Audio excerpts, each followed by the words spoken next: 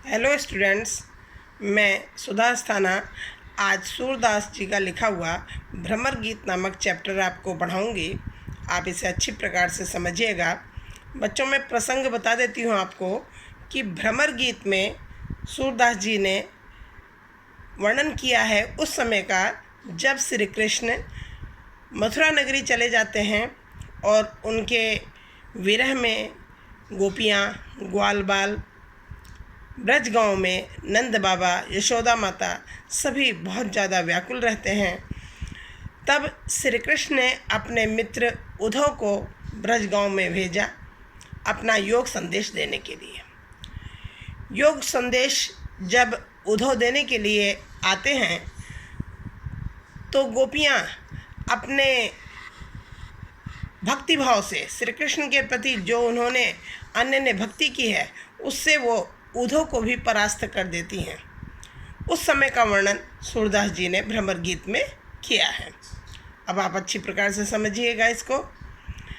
हमारे हरि हारिल की लकड़ी, मन क्रम वचन नंद नंदन उर, यह दृढ़ कर पकड़ी। हारिल क्या है? एक पक्षी है। वो पक्षी, उस पक्षी की विशेषता क्या है कि वह अपने पंजों में हमेशा एक लकड़ी का टुकड़ा दबाए रखता है, हमेशा लकड़ी को साथ लेकर ही उड़ता है। जागत सोवत स्वप्न दिवस निशि, कान कान जकड़ी। सुनत जोग लागत है ऐसो, जो करुई ककरी। सूतो व्याधि हमको ले आए, देखी सुनी न करी। यह तो सूर तिनहि लय सौंपो, जिनके मन चकरी। पहले भी बच्चों मैंने बताया है आपको कि ये पद्य या पद्यांश आपको आता है, उसके नीचे 5 क्वेश्चंस होते हैं। उन क्वेश्चंस के आंसर आपको इसको अच्छी प्रकार से पढ़कर समझकर इसमें से ही आपको आंसर देने होते हैं।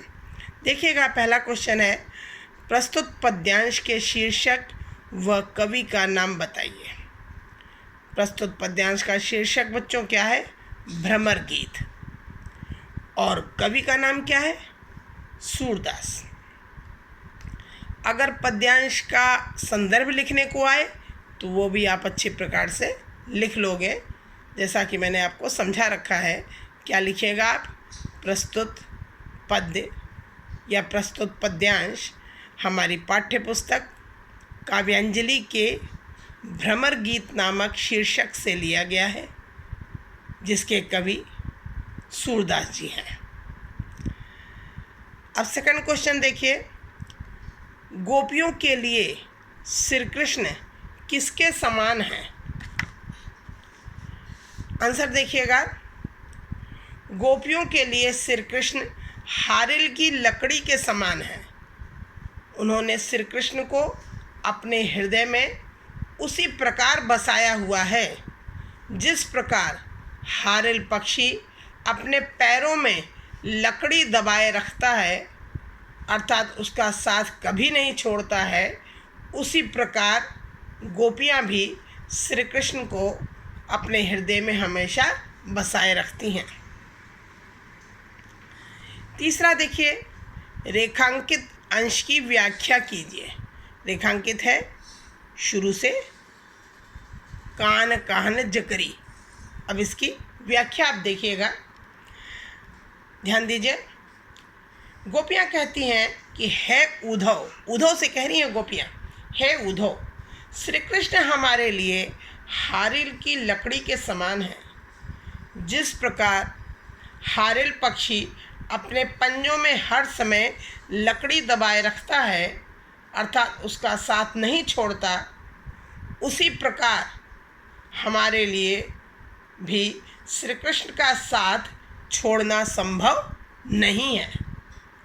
हम लोगों ने मन में, कर्म में और वचन में, अर्थात हर तरह से नंद के पुत्र श्री कृष्ण को अपने हृदय में बसा रखा है। उर मीन्स हृदय, हृदय में बसा रखा है। और हमने उन्हें बहुत मजबूती से पकड़ रखा है। दृढ़, दृढ़ माने मजबूती से पकड़ रखा है।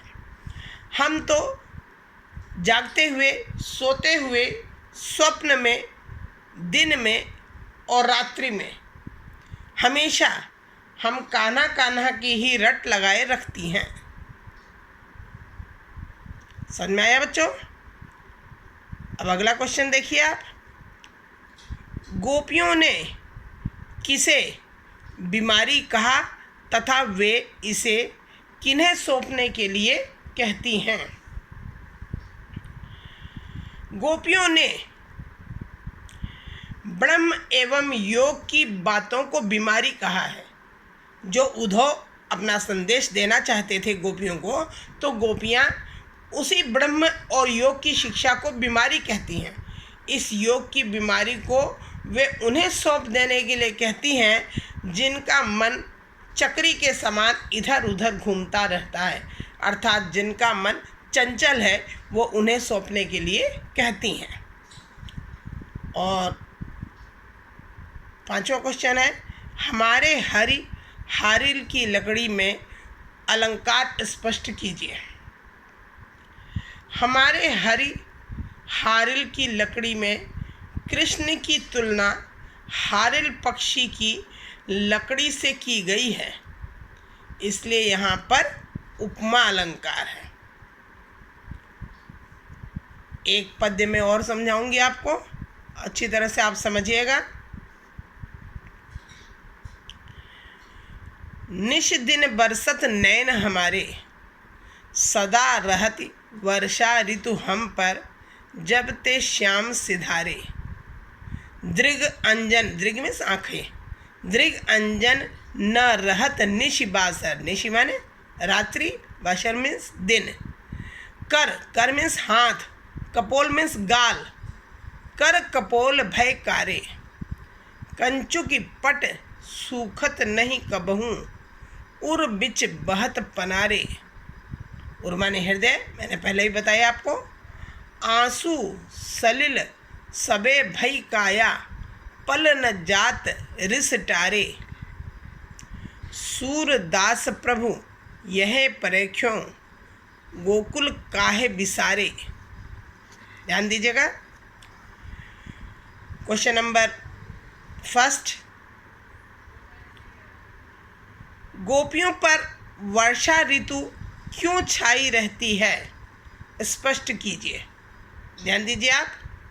गोपियों पर वर्षा ऋतु इसलिए छाई रहती है क्योंकि श्री कृष्ण उन्हें छोड़कर मथुरा नगरी चले गए हैं। उनके वियोग में गोपियों की आँखों से दिन रात आंसू बहते रहते हैं, अर्थात उन पर अश्रु रूपी वर्षा सदा छाई रहती है।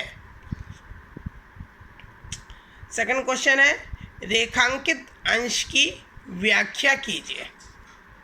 अब रेखांकित अंश शुरू से कर कपोल भय कारे, ध्यान दीजिएगा। गोपियाँ कहती हैं, फिर उद्धव से ही कहती हैं गोपियाँ, हे उद्धव, श्री कृष्ण के वियोग में हमारे नेत्र दिन रात बरसते रहते हैं, यानी आँखों से हमेशा अश्रु वर्षा होती रहती है, अर्थात हमारी आँखों से आंसू निरंतर बहते रहते हैं।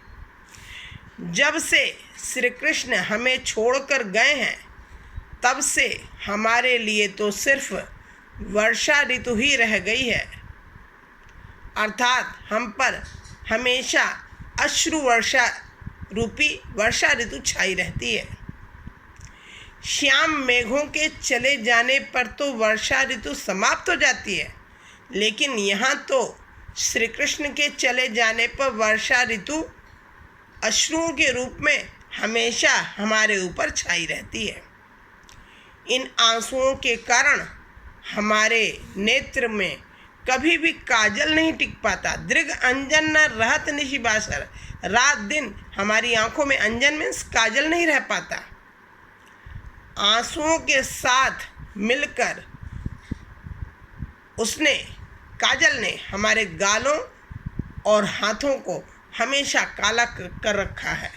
हमेशा हमारे हाथ और गाल काले हुए हैं। समझ में आया बच्चों? अगला क्वेश्चन देखिएगा, आंसू सलिल सबे भई काया, पल न जात रिस टारे, पंक्ति का आशय स्पष्ट कीजिए। ध्यान दीजिए, आंसू सलिल सबे भई काया, पल न जात रिस टारे। पंक्ति का आशय है कि गोपियाँ कहती हैं कि अब तो ऐसा प्रतीत होता है मानो हमारा शरीर ही आंसुओं के रूप में परिवर्तित हो गया है। काया मीन्स शरीर। अब कामदेव का क्रोध भी पल भर के लिए शांत नहीं हो पा रहा है। अगला क्वेश्चन, पद्यांश के अनुसार गोपियों को किस बात का दुख है, स्पष्ट कीजिए। पद्यांश के अनुसार गोपियों को इस बात का दुख है कि श्री कृष्ण ने गोकुल एवं गोकुल वासियों को भुला क्यों दिया है। वे यह नहीं समझ पाती कि किस गलती के कारण श्री कृष्ण ने उनको पूरी तरह से भुला दिया है। और लास्ट क्वेश्चन है, सदा रहती वर्षा ऋतु हम पर, जब ते श्याम सिधारे। पंक्ति में अलंकार स्पष्ट कीजिए। प्रस्तुत पंक्ति में बिना मेघों के ही सदैव बारिश होना बताया गया है। मेघ नहीं है फिर भी हमेशा बारिश होना बताया गया है। तो जहाँ बिना कारण के कार्य होने की संभावना होती है वहाँ विभावना अलंकार होता है। आपको अच्छी प्रकार से समझ में आ गया होगा दोनों पद्य। और क्वेश्चन आंसर जो कुछ समझ में ना आया हो आप किसी भी वक्त मुझसे पूछ सकते हैं।